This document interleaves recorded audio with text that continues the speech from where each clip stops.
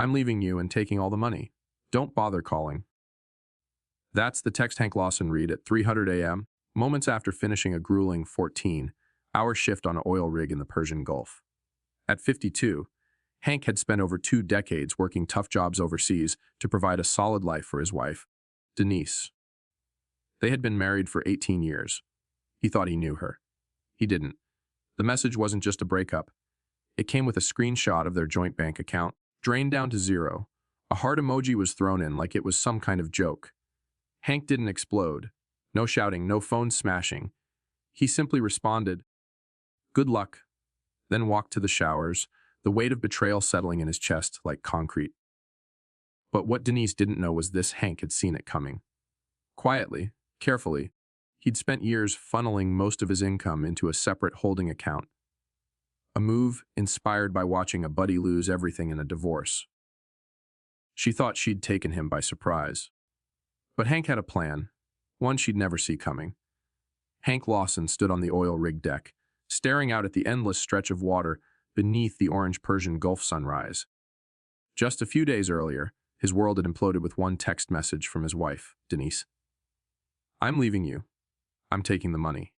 Don't try to stop me." The same woman he'd loved for 18 years, who once called him her rock, had drained their joint account of $142 and disappeared, with a 25-year-old personal trainer named Tyler. But she didn't know everything. Hank, 52, had spent most of his adult life on offshore rigs, 2 months on, 1 month off. It wasn't easy, but it paid well. He made more in 6 months than many of his neighbors did in 3 years. He built a comfortable life for Denise, paid off their home in Odessa, Texas, and socked away money every year. Or so he thought. A call from his cousin and trusted accountant, Brent, changed everything. She didn't just take what was in the joint account. Brent told him over the satellite phone. She's been siphoning money into an account under her maiden name for over a year. Small transfers at first, then larger ones in the last 90 days. Over 214,000 gone. Hank barely flinched. "Anything else?" he asked. "She forged your signature to get a $40,000 home equity loan on the house, changed the beneficiary on your life insurance policy, and listed the Odessa property for sale. She also filed for divorce, claiming you abandoned the marriage." Hank exhaled slowly. His mind wasn't on revenge. It was on strategy. Years ago, after watching a fellow rig worker get blindsided in a nasty divorce, Hank had started Winter Creek Holdings, a shell company using his grandmother's maiden name. With Brent's help, he'd legally diverted 70% of his earnings into that entity. Separate from their shared finances, completely above board on taxes, and untouchable in a marital split. The current balance, $1.6 million. Denise had no idea. After wrapping up his final shift, Hank flew back to Houston, where Brent and a seasoned attorney named Tom were waiting. They didn't waste time. Tom had already filed fraud and conspiracy complaints, frozen Denise's new accounts, and gathered enough evidence, bank transfers, phone logs, even text messages pulled from her cloud backup, to expose her entire scheme. Then came the kicker. Denise had filed a false domestic violence claim against Hank to gain an emergency restraining order and exclusive use of the house. She claimed to be afraid for her safety. "But I've been on a rig overseas for 7 weeks, Hank said. Tom nodded. "Doesn't matter. Courts often err on the side of caution. But we've got your badge scan logs, travel records, and security footage proving otherwise." They decided not to confront her directly. Not yet. Hank wanted to see it unfold. He drove quietly to Odessa and stayed across the street with Harold, a retired petroleum engineer and neighbor, who'd watched the chaos unfold from his front porch. The next morning, Hank watched as Denise and Tyler loaded antiques, heirlooms, and personal keepsakes into a moving truck. A black Audi, likely purchased with stolen funds, sat parked in the driveway. Denise laughed, thinking she'd won. Then the sheriff's cruiser arrived. The court officer handed over documents, emergency asset freeze, fraud charges, dismissal of her restraining order, and notice of divorce. Hank stepped into view just as they were served. Her face turned ghost white. "You're supposed to be overseas," she whispered. "Plans changed," Hank said, calm as ever. Tyler tried to act tough, but when confronted with text messages outlining their plan to steal Hank's insurance money, referring to accidents happening on rigs all the time. He deflated fast. Within days, Tyler disappeared. He took the rest of Denise's stolen jewelry and ran, just like he had with the women before her. At the court hearing weeks later, the judge ruled decisively. Denise's spousal support claims were denied. Hank retained full ownership of the house and his assets. The judge referred Denise for criminal investigation due to forgery and conspiracy to commit fraud. 6 months later, Hank sat on the porch of his cabin near Missoula, Montana. The property had been purchased years before under Winter Creek Holdings. Just in case. 40 acres of pine and peace. No noise. No betrayal. Just the wind and the sound of Hank reclaiming his life.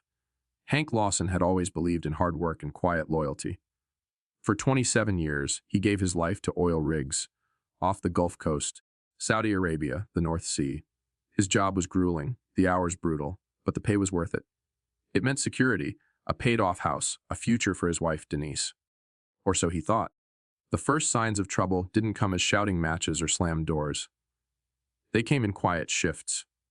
A shorter phone call, fewer updates from home. Hesitation when asked about weekend plans. He should have noticed.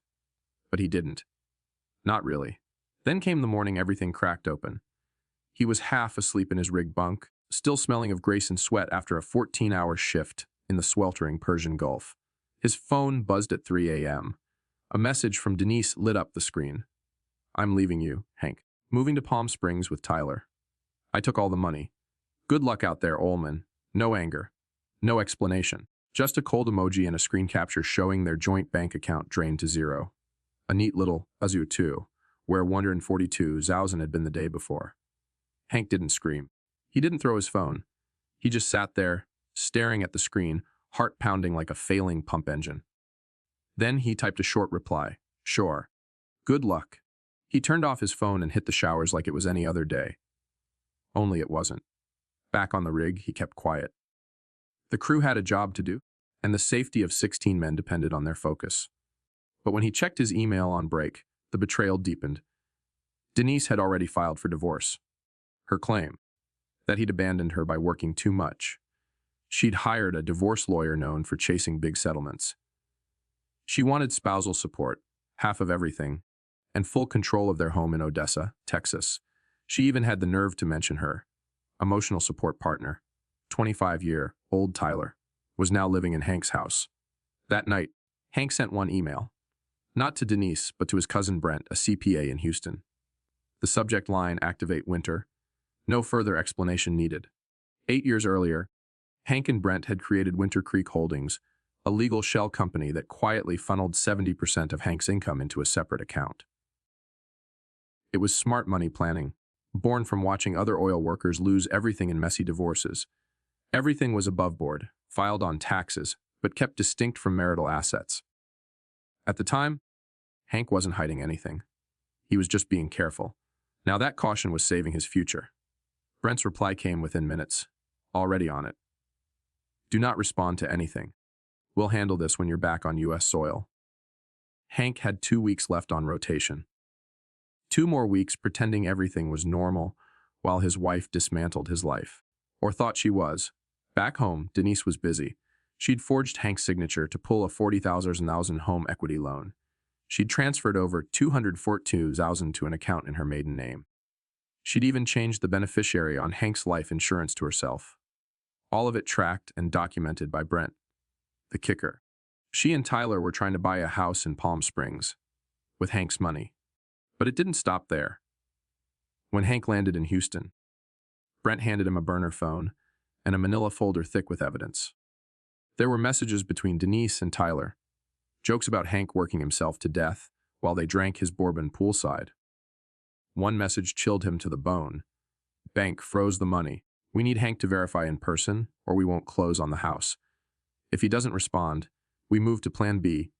What's Plan B? Denise had texted. Tyler's reply: "It's just insurance money. Accidents happen. He works a dangerous job for a reason." That's when it stopped being just betrayal. That's when it became criminal. Brent and Tom, the family lawyer, filed motions to freeze all accounts and launched a criminal complaint for forgery and conspiracy. At the same time, Hank moved quietly. He flew under the radar. No one outside Brent and Tom knew he was back in the States. Meanwhile, Denise filed a false domestic violence claim to paint herself as a victim. Claimed she was afraid for her safety. All while she cleared out furniture, antiques, and family heirlooms from Hank's home. All while Tyler strutted around in Hank's old college sweatshirt. But Hank had eyes on them. He stayed with Harold, a retired rig supervisor and neighbor, watching everything unfold from across the street. Security cameras Hank had installed years ago streamed live to his laptop, and when the sheriff's office arrived to serve papers, freezing assets, nullifying the home sale, and filing criminal charges, Hank stepped into view. Denise's face fell. Tyler went pale. "You're supposed to be overseas," she gasped. "Wes, I got tired of the heat," Hank said flatly. As they stood stunned, a court officer handed over a thick stack of documents. And just like that, the game was over. She thought she'd outplayed him. She had no idea he'd been playing chess while she played checkers. The night before the emergency court hearing, Hank Lawson sat quietly at the kitchen table of his neighbor Harold's house. The same house he'd visited for beers on the porch during summer barbecues, back when life still felt solid. Now it served as his makeshift command center. From there, he had a front row view of the unraveling of a plan his wife thought she'd pulled off without a hitch. Across the street, Denise, his wife of 18 years, was packing up the last of his belongings, or so she thought. His grandfather's restored writing desk, his father's pocket watch, family heirlooms that had been in his family for generations, loaded into moving trucks without a second thought. She wasn't just leaving. She was vanishing. With a younger man named Tyler, a man half Hank's age who hadn't worked a full day in a decade. What Denise didn't know was that Hank had returned from the rig early. What she didn't know was that he had legal documents ready. Divorce papers, fraud charges, emergency asset freezes, and the sheriff's department on standby. And what she really didn't know was that Hank had never been the fool she'd taken him for. The morning arrived with clear skies and quiet tension. At exactly 18:55 a.m., a black SUV pulled up behind the moving truck outside Hank's house. Two sheriff's deputies stepped out, followed by a stern woman in a navy pantsuit, an officer of the court. As the deputies approached the front door, Hank stepped out from Harold's porch, walked across the street, and stood at the edge of the driveway. The door opened. Denise answered, her face tightening when she saw the uniforms. "Mrs. Lawson?" one deputy asked. "We have legal documents to serve you and the gentleman inside." Tyler appeared behind her, his arm wrapped casually around her waist, still wearing Hank's old college sweatshirt. It was almost comical. That's when Hank stepped into view. "Miles, you're supposed to be on the rig," Denise stammered, her voice cracking. "Surprise," Hank said calmly, nodding to the deputies. She went pale as the officers handed her a stack of documents. An emergency restraining order, notification of asset seizure, a criminal complaint for forged financial documents, and a motion to halt the sale of the house. Tyler puffed his chest. "You can't do this? She's afraid of you." "There's a domestic violence claim. That claim was dismissed this morning by Judge Winters," Hank said, not raising his voice. "The court was very interested in the text messages where you two discussed Plan B, involving my life insurance policy." That wiped the smug grin off Tyler's face. He stood frozen as the reality sank in. Denise tried to step toward Hank. "Honey, this is all a misunderstanding." He cut her off with a shake of his head. "You've got 30 minutes to collect your clothes and toiletries. Everything else stays put for court inventory. No shouting, no name-calling. Just clear, decisive action." She disappeared inside the house, flanked by the court officer and deputies, while Tyler sulked behind her. As Hank turned to walk away, she called after him. "Where are you going?" "Home," he said without looking back. 3 weeks later, the courtroom was silent except for the sound of rustling papers and a judge reading through months of betrayal in black and white. Forged loan documents, illegally transferred assets, texts that discussed using Hank's dangerous job as a cover story to collect insurance money. Every piece of evidence was there, laid out with chilling clarity. Denise's lawyer tried to paint her as confused, manipulated by Tyler. But the judge, a seasoned woman who had seen her fair share of liars, wasn't buying it. "In my 30 years on this bench," she said sternly, "I've rarely seen such deliberate, calculated deception within a marriage. This wasn't a moment of weakness. It was a long-term strategy to rob your husband blind and disappear." She ruled in Hank's favor on every count. Denise's spousal support claim, denied. All stolen funds and property, returned. The forged real estate documents, voided. And most satisfyingly, the judge referred Denise's actions for criminal prosecution. Tyler, of course, had vanished. 2 days after the papers were served, he'd taken the last of Denise's cash and jewelry and skipped town. He didn't even leave a note. Later, as Hank sat on his porch in Montana, his real home, purchased years ago under Winter Holdings, he looked out at the horizon with a peace he hadn't known in years. He'd given everything to his wife, his time, his money, his trust, and she'd nearly destroyed him. But in the end, she'd underestimated the wrong man. The courtroom was quiet when the judge removed her glasses and looked directly at Denise Lawson. "In over 3 decades on the bench," she said, "I've rarely encountered a case with such premeditated deceit, financial manipulation, and outright fraud within a marriage." Hank Lawson sat on the other side of the room, calm but steady, his fingers folded together. 3 weeks had passed since he stood across from Denise and Tyler, her 25-year-old boyfriend, as sheriff's deputies handed them a stack of legal papers outside what used to be his home. She had been ready to disappear. He had been ready to stop her. The evidence was overwhelming: bank records showing Denise siphoning over 200,000 into a hidden account under her maiden name, forged documents for a 40,000 home equity loan, and messages retrieved from her own cloud account, joking about Hank dying in a work accident before the house closing in Palm Springs. And now, under oath, with her attorney whispering panicked advice, Denise tried to convince the court she was simply misled by Tyler, that she hadn't really meant anything malicious, that it was all a misunderstanding. But the truth was, Denise wasn't some Nava victim. She was the architect, and the court saw it clearly. 3 years ago, Hank would have believed her tears. But not now. Not after discovering the web she'd been spinning for more than a year, while smiling to his face, taking the money he worked for on oil rigs halfway around the world. The judge's decision was swift. All misappropriated funds were to be returned to Hank. The Odessa home, which she'd tried to sell behind his back, was declared his sole property.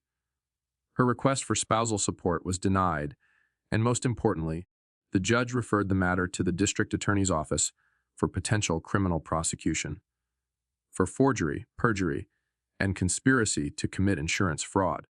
Denise didn't even try to look at Hank as they left the courtroom. She had nothing left to say. Tyler, predictably, had skipped town just 2 days after being served. With him went the last of Denise's emergency cash and her remaining jewelry. It was a pattern, a cycle of manipulation, theft, and abandonment. Hank's cousin Brendan had uncovered Tyler's history: 3 prior relationships with older women, each ending in financial ruin. One ex-husband had even died under mysterious circumstances. No charges filed, but the signs were there. 6 months later, Hank stood on the porch of his cabin in the mountains outside Missoula, Montana, a place he'd bought years ago under Winter Creek Holdings, a company he and Brendan had created for retirement planning. It had once felt like a backup plan. Now, it was his future. The 40-acre property was quiet. Towering pines, a gentle stream, and crisp morning air replaced the roar of oil rigs and the heat of the Persian Gulf. His days were simple now.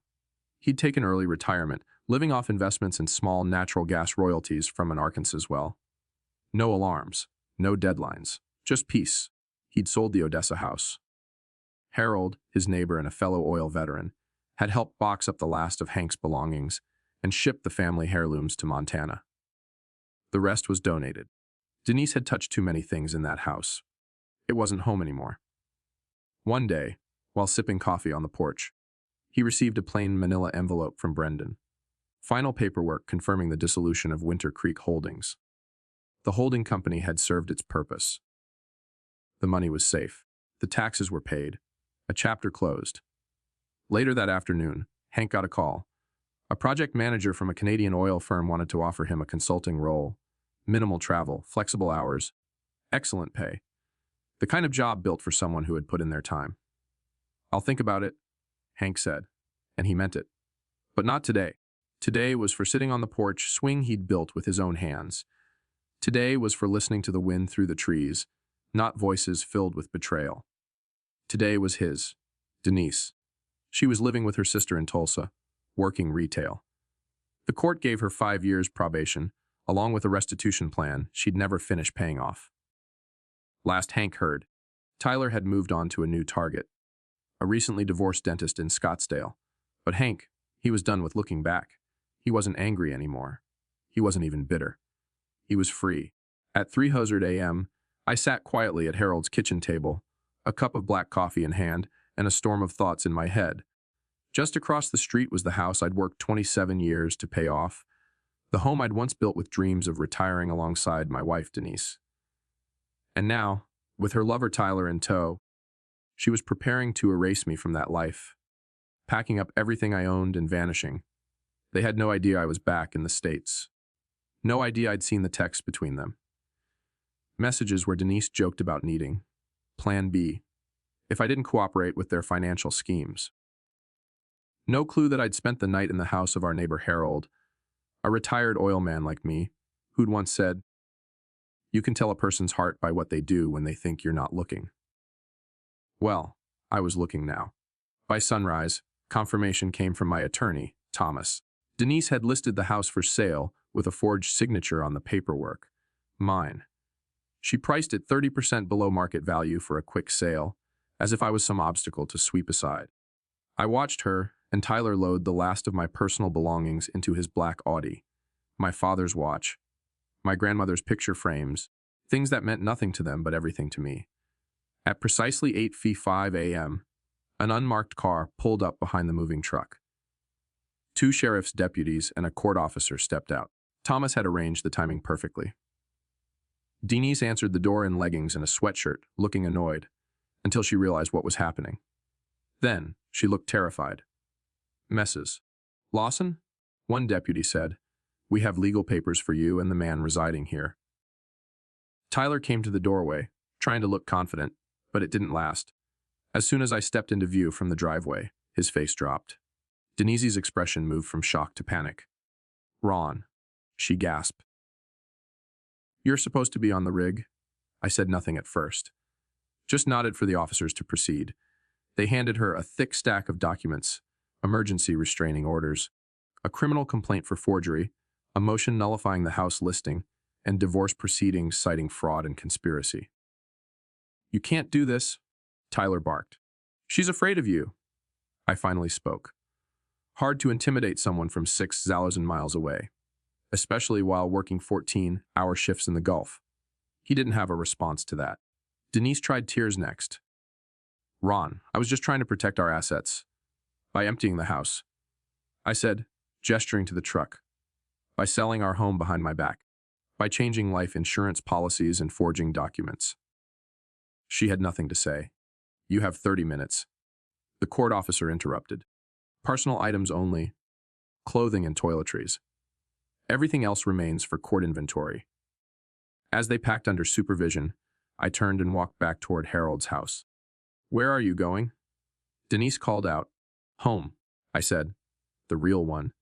In the days that followed, it all unraveled for her. Tyler disappeared with the last of her money, just like he had with 3 women before her. Each left ruined after being manipulated into draining their accounts and cutting ties with their families. She was no exception. At the court hearing 3 weeks later, Denise sat alone. Tyler didn't show. The judge was merciless. She reviewed every shred of evidence, forged loan documents, fraudulent bank activity, text messages about Plan B, involving my life insurance. Her decision was clear and swift. I retained full ownership of our assets. Denise's spousal support request was denied. The case was referred to the district attorney for possible criminal charges. And just like that, Denise's plan crumbled. Months later, I stood on the porch of my cabin in Montana, a property she never even knew existed, purchased years ago through a trust I'd created after seeing a friend lose everything in a divorce. The air was crisp, the pine trees tall, and the wind in the branches whispered peace. The phone rang. It was Thomas. "Official word from the DA," he said. "She's taking a plea. 5 years probation, restitution ordered. No jail time." That was fine with me. I didn't need revenge. I had peace. And in that moment, looking out across 40 acres of forest with no one expecting anything from me, I realized I hadn't just won a legal battle. I'd reclaimed my life. By the time I touched down in Houston, I wasn't the same man who had stepped onto that oil rig weeks earlier. I had spent 27 years working grueling rotations across the globe, sending money home, and trusting that my wife, Denise, was holding the fort. What I didn't know was that she had been quietly dismantling our life together, one forged document and secret transfer at a time. Brendan, my cousin and trusted accountant, met me at the airport. No hugs. Just a manila folder and a burner phone. "She doesn't know you're here," he said. "Let's keep it that way." The documents were damning. Denise had drained over 214,000 from various accounts, including our joint savings and a home equity line of credit she'd secured with a forged signature. She'd also changed the beneficiary on my life insurance, without telling me. Her new partner, a 25-year-old named Tyler, was living in my home, wearing my clothes, drinking my bourbon. It wasn't just betrayal. It was treason. What stung more than the theft was the plan. Brendan had uncovered texts between Denise and Tyler. They weren't just spending my money. They were plotting to disappear to Palm Springs, laughing about how I'd never see it coming. One message in particular froze my blood. "If he doesn't cooperate, we go with Plan B. It's just insurance money. He works a dangerous job." I worked offshore, yes. But even with all the safety protocols, everyone on that rig knew the risks. And she was counting on one of those risks cashing out. I met with my lawyer, Thomas, that afternoon. He had already prepared the paperwork, divorce filings, a criminal complaint, and an emergency motion to freeze assets. But it was what came next that solidified everything. Denise had filed a restraining order against me, claimed I was emotionally abusive, that she was scared for her safety. "She's trying to paint herself as the victim," Thomas said. "It's a common move in cases where someone is caught red-handed." Except I hadn't even been in the country.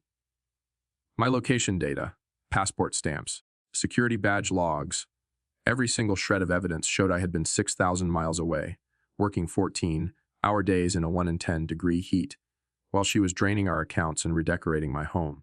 We filed everything that same day and coordinated with the sheriff for a very public serving. I would not hide behind paperwork. I wanted her to see my face when the illusion crumbled. The next morning, I watched from Harold's front window as Denise and Tyler loaded up what they thought were the last of my possessions.